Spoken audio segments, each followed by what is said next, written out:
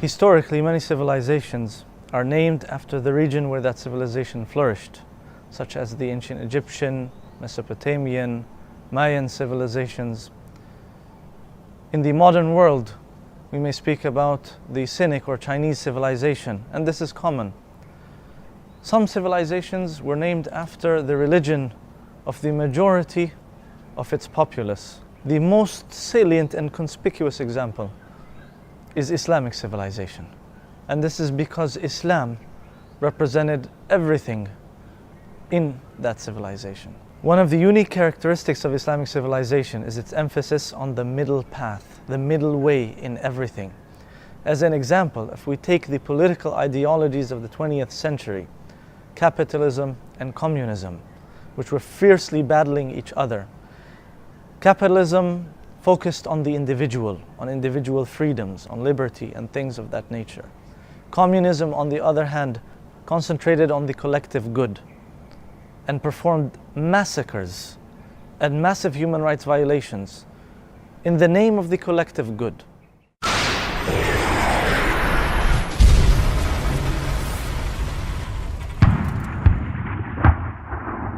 Religion, or Islam as a religion, is the systematic way of living, meaning that it's going to organize the whole aspect of life of human being it education, economic, social life, cultural output, all that are to be guided by the Islamic world view. Hence, politics specifically, it is not out of Islam as a religion. Now, if you look at the civilization in the Far East, the Islam have made a lot of changes. From people who are very self-centered, people who only talk about their own group of people. Now they are very open, they become more global, they accept that everybody is like a big family. Before, people are very racist. Today, people are more open-minded, that we should share with each other, we should care for each other. Yeah, civilization of Islam have made a lot of people feel secure, feel peace, because that is what Islam wants everybody to feel, that peace is for everybody, justice is for everybody. So civilization of Islam is not just talking about ritual, about prayer, about family, but you talk about the whole system of the society.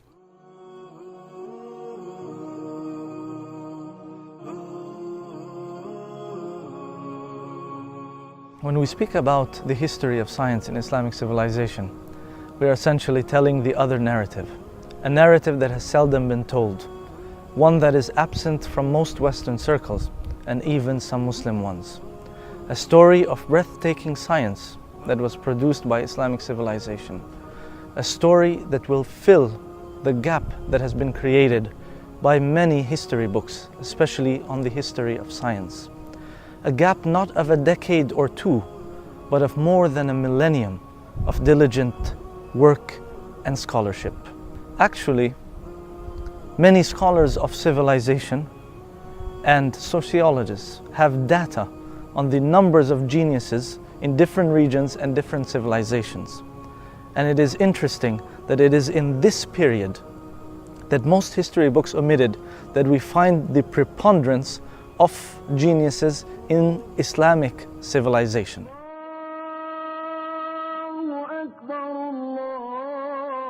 Non-Muslims, particularly Western countries, are suffering from suicide. Why? Because they are focusing maybe on the material existence. How about the other side of human being?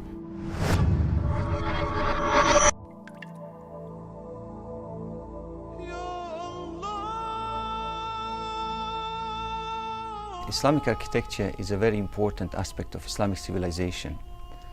This is so because Islamic architecture is a framework or a physical locus of Islamic civilization.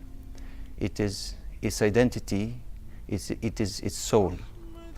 Islamic architecture is the type of architecture whose multiple functions and to a lesser extent forms are inspired primarily by Islam, its message, its teachings, worldview, and belief system.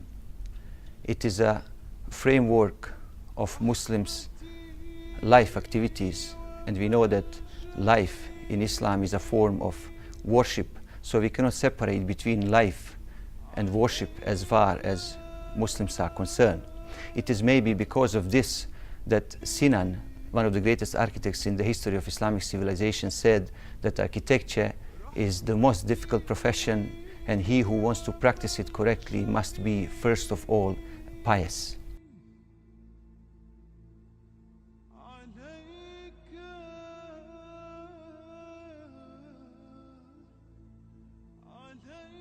It is most interesting that many of the scientific discoveries that are usually attributed to Western scientists today were actually developed or invented centuries earlier by Muslim scientists in the golden age of Islamic civilization. One of the examples may be that of the experimental method, which is usually attributed to Roger Bacon, but many don't know that someone who is also named the father of chemistry, Jabir ibn Hayyan, said, quote, that the first essential in chemistry is that you should perform practical work and conduct experiments. For he who performs not practical work nor conducts experiments will never attain the least degree of mastery. He also said that scientists do not rejoice in the abundance of material, but rather in the excellence of their experimental methods. If we come to the field of mathematics, you'll find a slew of Muslim scholars and scientists developing mathematical concepts. When we talk about the zero, or we talk about negative numbers or decimals or trigonometry, a lot of that was done by Muslim scientists, but unfortunately a lot of this is omitted from much of the scientific literature today. When you talk about earth science and geology, usually we talk about James Hutton, but many don't know also that Al-Biruni made some amazing statements about geology and earth science 7 centuries before Hutton. If we take Newton, for example, and his laws of motion, many Muslim scholars actually started to develop some of those same laws, such as Al-Biruni. And as you can see, a lot of these scholars were polymaths, so they had contributions in all of these different fields, in astronomy, in mathematics, in geology, maybe in the optics, in medicine. When you talk about medicine, many of the books that were written by Muslim scholars were used in universities centuries after the deaths of those Muslim scholars. A Western view of the Islamic civilization's contribution to science. Many people might not know that Islam plays a great role in developing sciences for humanity. It's true that Islam focuses on ascertaining the qualities of dignity and humanity, but it also focuses on the construction and development of the earth or the physical progress in general. We'll shed light on what some well-known scientists and thinkers said in that regard. In his book History of Physics, Florian Cajori said, "The Arab and Muslim scientists were the first to launch and defend strongly the experimental method. This method is one of their prides. They were the first to recognize its usefulness and its importance to natural sciences." Florian Cajori also said about Muslim scientists, "One is astonished when he thinks of the work of Arabs and Muslims in algebra. Al-Khwarizmi's book on algebra was a reference for Muslim and European scientists alike. They relied on it in their research and adopted a lot of theories from it. Therefore, it can be said that Al-Khwarizmi founded algebra on the right basis." Will Durant wrote in The Story of Civilization 4, The Age of Faith, "Chemistry, as a science, was almost created by the Muslim. For in this field where the Greeks, so far as we know, were confined to industrial experience and vague hypotheses, the Saracens introduced precise observation, controlled experiment and careful records." Quoting the British Encyclopedia about Arabs' contribution to the science of pharmacology, many names of drugs, many compounds known now and the general structure of modern pharmacology, with the exception of modern chemical modifications of course, were initiated by Arabs. Goethe said, Arabs taught us how to make books, gunpowder and compass. We have to think how our Renaissance would have been if it was not for the remnants that we received from the Arab civilization. The Islamic civilization is not just talking about the physical development, also the spiritual development and also the mental development. Always remember, Islamic civilization is nothing to do with just physical development, but it's a balanced development. Body, mind, and soul, to make us a better person.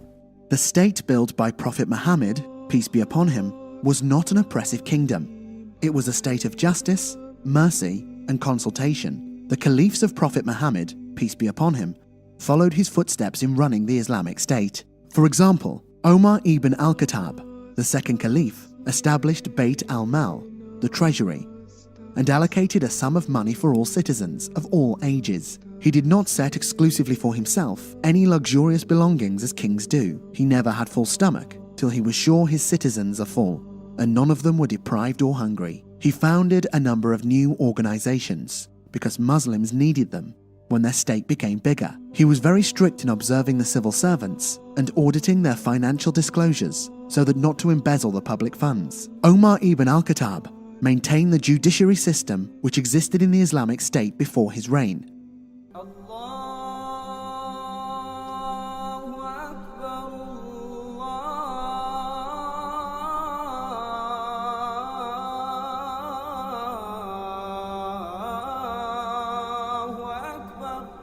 As Islamic civilization stressed the middle path, the focus, in addition to the divine, was on the human being.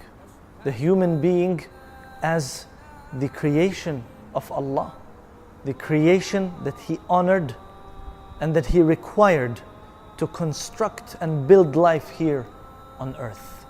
The human being that would create a human civilization, a civilization that focused on the human being as the subject of development. A civilization by humans and for humans that realized and respected humanity, that focused on important social concepts like justice and social equality and freedom, things that Allah Almighty commanded in the Quran and through the teachings of Prophet Muhammad, peace be upon him. On the other hand, He forbade vices like injustice, like violation of people's rights. With such a focus, it's no wonder that Islamic civilization flourished and did so for centuries, and that even people of other faiths had their place in that civilization and were able to make immense contributions in Islamic civilization, because it was a civilization of faith and a civilization for humanity. أفلا ينظرون إلى الإبل كيف خلقت وإلى السماء كيف رفعت وإلى الجبال كيف نصبت وإلى الأرض كيف سطحت فذكر إنما